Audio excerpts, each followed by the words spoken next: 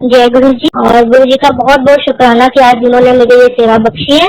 मैं गुरु जी का सत्संग अपनी जर्नी से स्टार्ट करती हूँ कि कैसे हम गुरु जी के पास गए। मेरे हस्बैंड की एक फ्रेंड है, उन्होंने बोला कि हम तो किसी गुरु जी के पास जाते हैं और हम बहुत खुश हैं।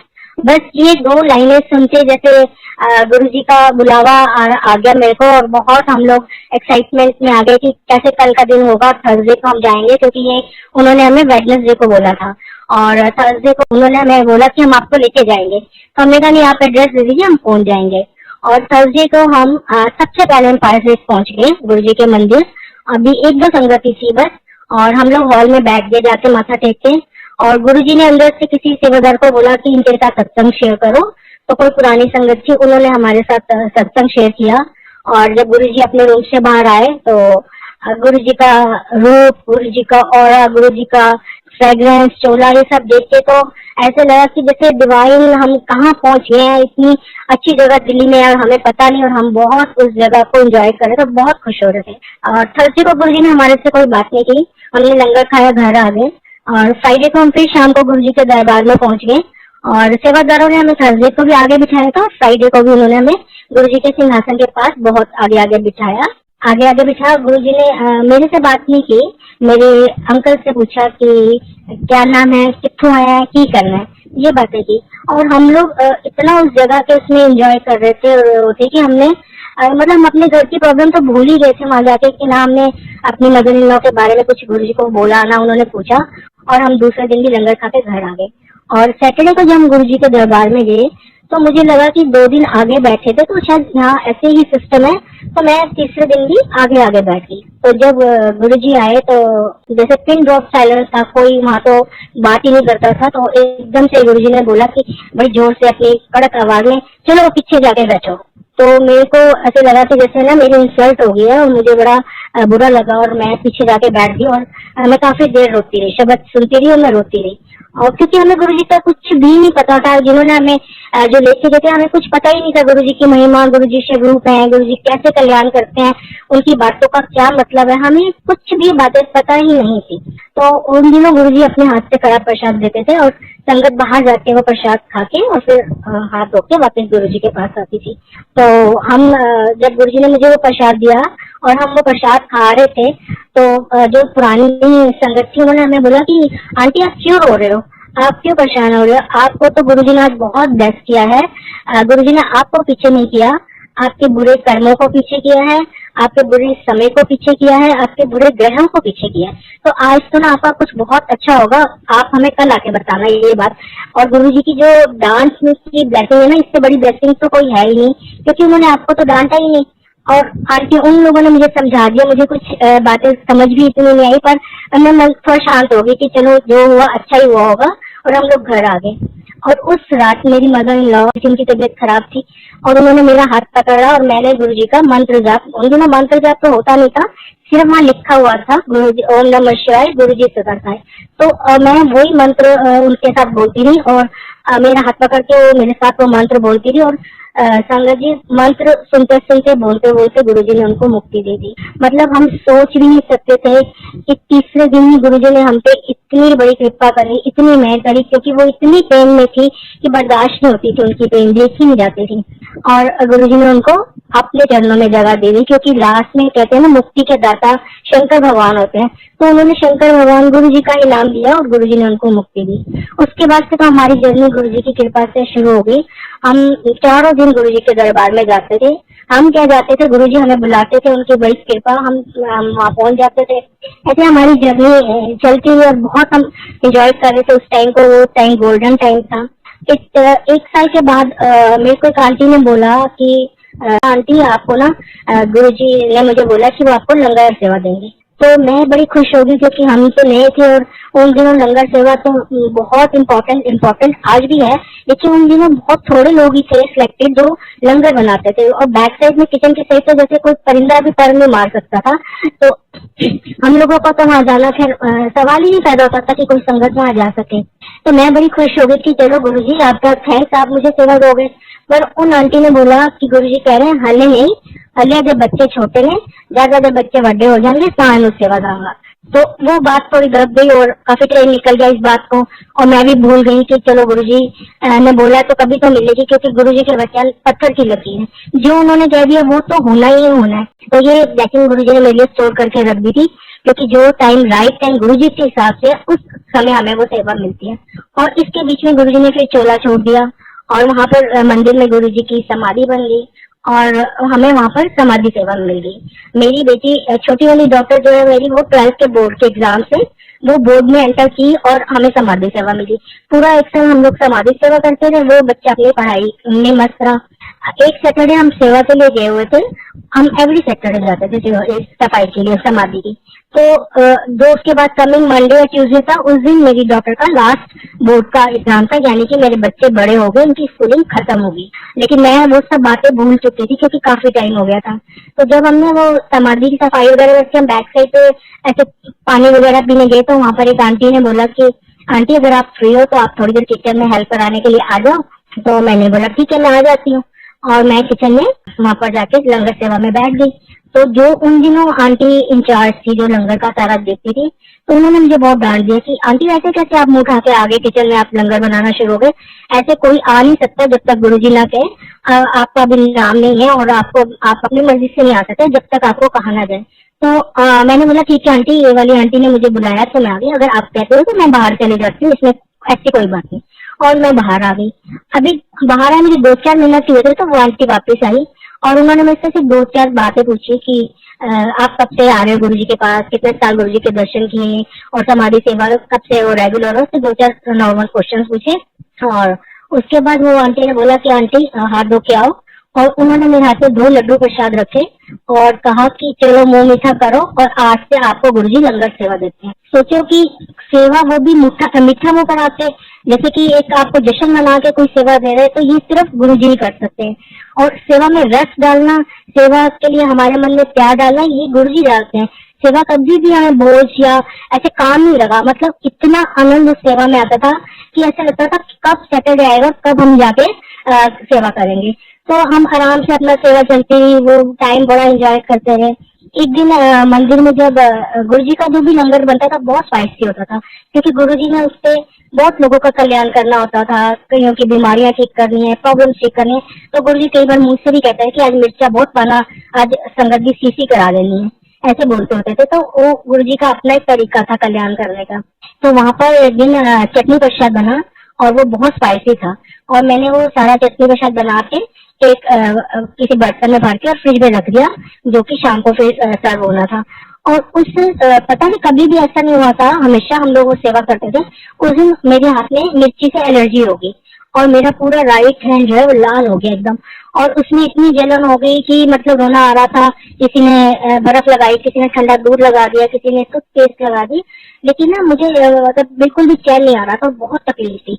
ऐसे करते करते शाम हो गई, और शाम को अंकल ने बोला, मेरे अंकल ने, कि तू ना घर चली जा, और अब तबीयत ठीक है, कुछ काम तो वैसे भी नहीं कर पाएगी, तो ठीक घर जाके देख लो, दवाई वगैरह खा लो। मैंने कहा नहीं, मैं सुबह से मंदिर हूँ, मैं रात का लंगर खाए बिना तो मैंने जाना ही नहीं, क्योंकि लंगर ही हमारी ब्लेसिंग है, दवाई है। तो मैंने वहाँ मंदिर के पास एक केमिस्ट शॉप थी, मैंने वहां से एंटी एलर्जी टैबलेट ली, और उसने मुझे एक ट्यूब दे दी कि आप लगा लो, आपको बहुत रिलीफ मिलेगा। और वो सब करके मैं वापस मंदिर आई, और मुझे काफी आराम आ गया उस दवाई से, और मैंने फिर लंगर खाया, और मैं अपने बच्चों के साथ घर आ गई। अंकल अभी मंदिर थे, और घर आके मेरे को बहुत बिल्कुल ठीक था, मेरी नॉर्मल हो गई थी स्किन, और मैं सो गई। तो जब अंकल रात को आए तो मेरी कोई बात नहीं हुई उनसे, और सुबह संडे को उन्होंने मुझे बताया कि सैटरडे मॉर्निंग जब मेरे को मंदिर सेवा के लिए जाना था, और अंकल को ऑफिस जाना था सुबह, तो बात तब हमारी कुछ हुई नहीं थी, लेकिन उन्होंने सुबह देखा अर्ली मॉर्निंग 4-5 बजे कि हमारे बेड के सामने गुरुजी का एक बहुत बड़ा स्वरूप है, और वो स्वरूप जो है राइट साइड उसकी पूरी लाल हो गई है, पूरा फेस और कपड़े गुरुजी के सब लाल एकदम हो गए, जैसे कोई जल जाती है स्किन, ऐसी हो गई। और अंकल सोचे कि ये ऐसे गुरुजी का स्वरूप खराब हो गया, आधी साइड तो ठीक है और आधी साइड कैसे रेड होगी, लेकिन उनको कुछ समझ नहीं आया। थोड़ी देर के बाद उन्होंने आंखें जैसे बंद कर ली, थोड़ी देर फिर खोल के देखा, तो देखा वो रेडनेस कम हो गई थी, और जब तीसरी बार देखा तो नॉर्मल गुरुजी का स्वरूप बिल्कुल नॉर्मल हो गया था। और अंकल को बात समझ नहीं आई कि क्या हुआ, तो उन्होंने सोचा कि रात को मैं मतलब बताऊंगा बच्चों को और मेरे को, तो डिस्कस करेंगे कि इसका क्या मतलब है।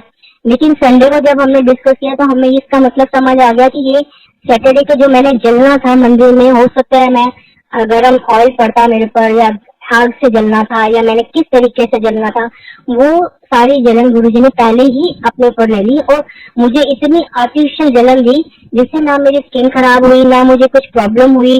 और मैं बिल्कुल थोड़ी देर मुझे तकलीफ हुई और मैं बिल्कुल ठीक हो गई। अगर मैं वैसे जलती तो शायद कई महीने लग जाते स्किन ठीक होने में।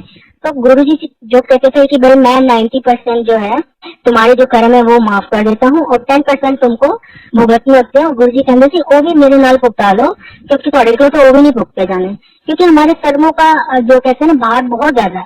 10% भी पता नहीं कितने ज्यादा होंगे कि जो हमें शायद पूरी जिंदगी कम करते हैं, हमसे मतलब काटे भी नहीं जाते, और गुरुजी हमसे वो कटवा लेते हैं। तो ये जो गुरुजी का वचन है कि मैं तुम्हारे 10% सिर्फ भुगते लो, ये मेरे साथ हुआ कि पहले ही गुरुजी ने मेरे को ठीक कर दिया।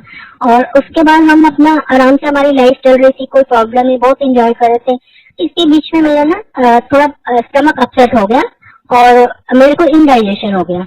मैं कुछ भी खाती थी तो मुझे बार बार वॉशरूम जाना पड़ता था, और जैसे नॉर्मल किसी को इन्फेक्शन हो जाता है या पेट खराब होता है, वो नॉर्मल वाला था। मेरी नॉर्मल वैसे लाइफ चल रही थी, मंदिर आना जाना सब, लेकिन वो चीजें मुझे थोड़ी तंग कर रही थी। तो मैंने डॉक्टर को दिखाया, मेरा अल्ट्रासाउंड हुआ, एक दो और टेस्ट हुए, सारी रिपोर्ट ठीक आ गई, लेकिन वो प्रॉब्लम मेरी बनी हुई थी।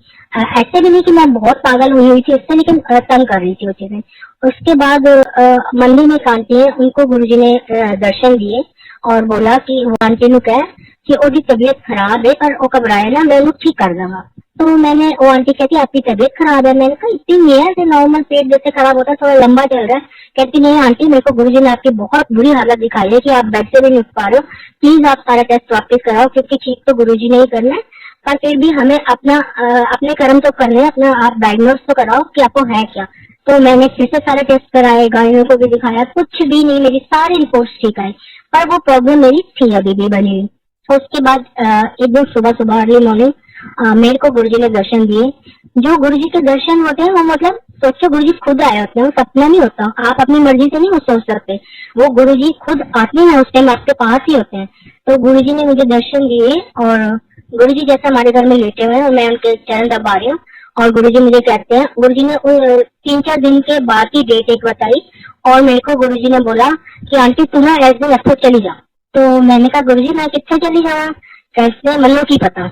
और मुझे समझ आ गई कि गुरुजी मुझे इस दुनिया से जाने के लिए शायद कह रहे हैं, और मैंने रोना शुरू कर दिया ड्रीम में ही।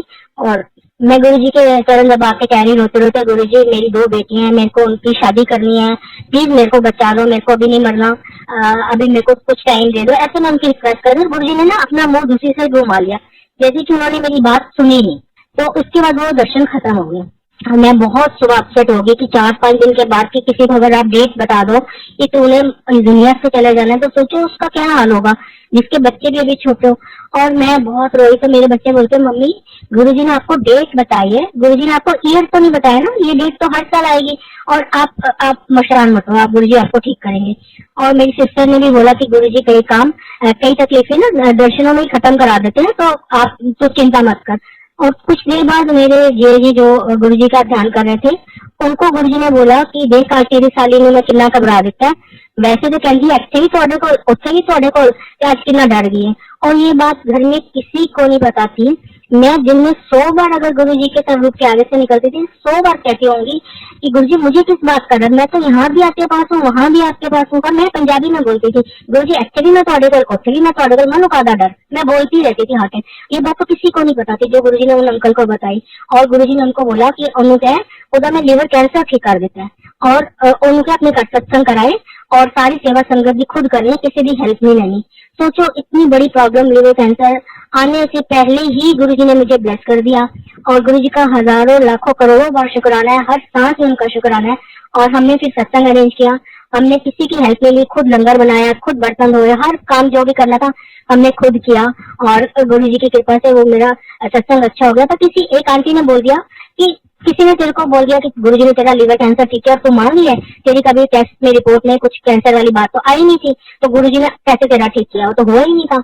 अब इस बात को बताने के लिए कि मुझे ये प्रॉब्लम आनी थी और मैंने इस दुनिया से जाना था, गुरुजी ने मंदिर के अलग अलग आंटियों को, जिनको मेरी इस बात का कुछ पता नहीं था, उनको दर्शन दिए और अलग अलग आंटियों को अलग अलग तरीके से दिखाया। किसी को मेरी डेड बॉडी दिखाई, किसी को दिखाया गुरुजी ने मुझे जिंदा कर दिया, हॉल में मेरी डेड बॉडी है और मैं खड़ी हो गई। और मेरे अंकल को दिखाया कि 4 यमदूत आए हैं जो मुझे लेके जाने वाला है। गुरुजी ने उनको ऐसे देखा अपनी नजर से और वो डर के मारे भाग जाते हैं। और फिर मेरी छोटी डॉक्टर को गुरुजी ने बोला कि अपनी मानू का प्रॉब्लम कैंसर में ठीक करता है और उनको घबराने कोई लग रही। तो मतलब इतने लोगों ने मुझे कभी महीने बाद, कभी 15 दिन बाद कोई ना कोई मुझे मंदिर में आंटी मिलती और वो मुझे बोलती थी कि आप मुझको आपको एक बात बतानी है, पर मुझे डर लग रहा है कि मैं आपको कैसे बोलूं। तो मैं उसको बोलती थी कि मेरी डेथ से रिलेटेड है, तो मैं समझ जाती थी कि गुरुजी ने उसको कुछ दिखाया। तो कितने लोगों ने आके कंफर्म कराया कि गुरुजी ने मेरे को न्यू लाइफ दी है और मेरी प्रॉब्लम सॉल्व की है। गुरुजी का बहुत बहुत शुक्राना। जो भी कोई प्रॉब्लम आती है वो हमारे कर्म होते हैं जो गुरुजी ने कटवाने हैं। गुरुजी कहते थे कि ऐसे जन्म में जो कर्म नहीं कटोगे तो निक्के निक्के पौधे ने टप लो, कट लो, अगर नहीं टपोगे तो अगले जन्म में के पेड़ बन जाएंगे। फिर की कर सकते हो, फिर तो तुम्हारे कोई चारा ही नहीं होगा, तुम सहने पाएंगे। सोचो जो पौधा छोटा सा हम नहीं सह पा रहे तो वो पेड़ बन के हम कैसे सहेंगे। तो इसीलिए कुछ काम ऐसे थे कि जो गुरुजी ने हमसे करवाने हैं। कोई डॉक्टर्स का कर्जा देना होता है, लेकिन कई चीजें ऐसी होती है जो गुरुजी आने से पहले ही हमारी ठीक कर देते हैं। गुरुजी का बहुत शुक्राना। उसके बाद से मेरी तबीयत ठीक है।